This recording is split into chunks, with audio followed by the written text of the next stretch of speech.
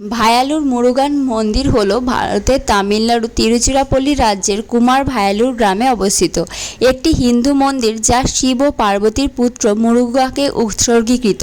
মন্দিরটি নবম শতাব্দীতে মধ্যযুগীয় চোলদের সময়কালে দীক্ষিত হয়েছিল বলে মনে করা হয়। মন্দিরটি তামিলনাড়ু রাজ্যের হিন্দু ধর্মীয় ও দাতব্য বিভাগ দ্বারা রক্ষণাবেক্ষণ এবং পরিচালিত হয়, যদিও এদের প্রধান দেবতা শিব। মন্দিরটি মুরুগান মন্দিরের জন্য পরিচিত।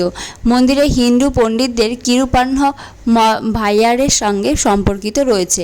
এই মন্দিরের ভিতরে কিন্তু অসংখ্য কারুকার্য রয়েছে। চোল রাজাদের আমলে যে সময়কালে কাজ করা হতো সেই কাজগুলি রয়েছে এই মন্দিরে।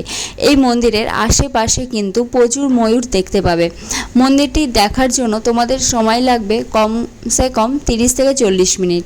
এই মন্দিরে 207টা সিঁড়ি রয়েছে এবং এই সিঁড়ি পেরিয়েই তোমাদেরকে দেখতে হবে। 1200 বছরের পুরনো এই চোল মন্দির। কেমন লাগলো জানিও।